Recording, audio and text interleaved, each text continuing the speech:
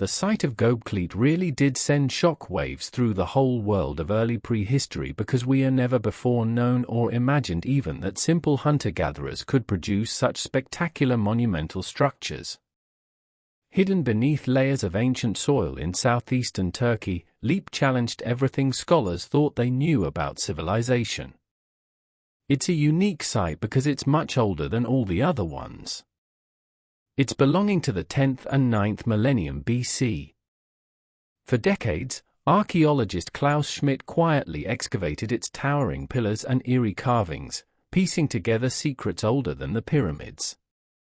But it was only before his death that Schmidt dared to speak openly, hinting at a deeper truth that Göbekli was no mere temple. In private notes and hushed conversations, he confessed it might be proof of something far more unsettling: central planning, lost rituals, and even ancient knowledge of the stars that blurred the line between faith and science. What Schmidt finally admitted would shake the very foundations of history and leave us still searching for answers in stone, the enigma that defied history. It was on a windswept ridge near the Turkish-Syrian border, where the horizon blurs under relentless sun, that the first stones of Göbekli emerged from obscurity. In the 1960s, a team of American and Turkish surveyors recorded unremarkable flint fragments and a few limestone shapes, but the site's significance lay dormant, hidden by centuries of soil and secrecy. It wasn't until 1994 that German archaeologist Klaus Schmidt, then working with the German Archaeological Institute, returned to those very coordinates. Standing amid the thorny scrub and scattered rocks, Schmidt saw what others had overlooked: the unmistakable curve of T-shaped pillars just peeking from the earth. Where most had seen random boulders, Schmidt recognized deliberate architecture. Driven by intuition, Schmidt launched excavations that would consume the next 2 decades of his life. What he uncovered shocked not just archaeologists, but anyone who believed they understood human prehistory. Massive limestone pillars, each standing up to 16 foot tall and weighing 10 to 50 tons. These pillars, carved with intricate reliefs of snarling lions, vultures, scorpions, and abstract symbols, formed vast stone circles arranged with geometric precision. The real revelation, however, wasn't just their artistry or scale. It was the age.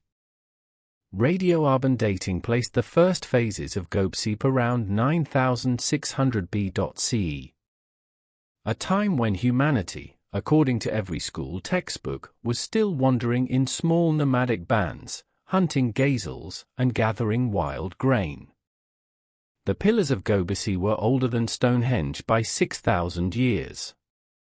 And the Egyptian pyramids by 7,000.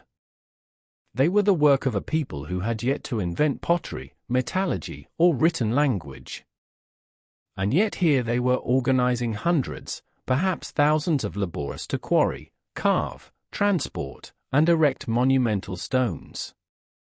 To scholars, the site posed a question that history had never seriously asked. How could hunter-gatherers, long presumed too scattered and primitive, have orchestrated such a colossal project? As Schmidt sifted through ancient dust, he quietly realized the stakes were greater than academic prestige. This hilltop sanctuary, standing alone in the dawn of the Neolithic, threatened to overturn the foundational story we told about ourselves, that civilization followed farming.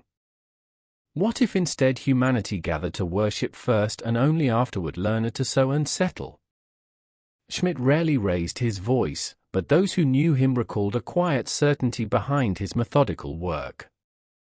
Beneath his meticulous notes and scholarly articles lay an idea both thrilling and unsettling.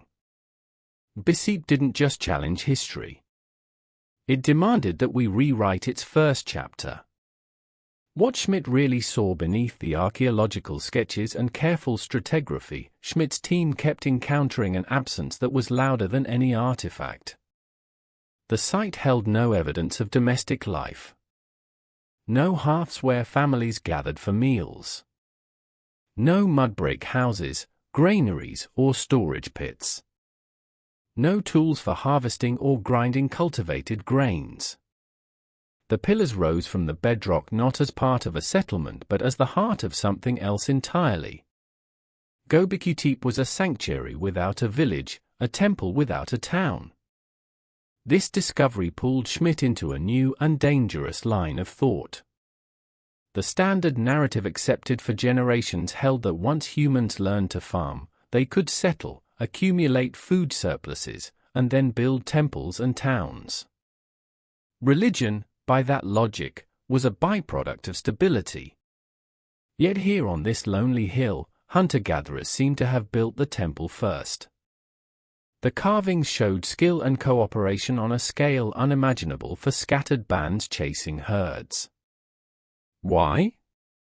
What could have driven these people to labor together without the economic security of agriculture?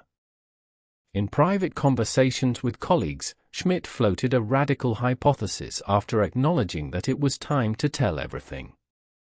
Perhaps it wasn't the discovery of farming that led people to build monuments.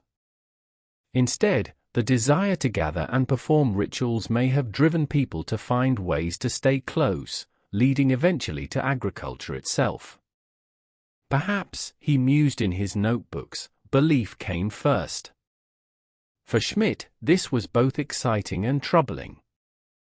It suggested that civilization's roots lay not in mere survival, but in shared stories, symbols, and sacred places. As dust rose around the digging teens under the Anatolian sun, Schmidt began to glimpse Göbekli Tepe not just as an archaeological site but as a turning point in human consciousness.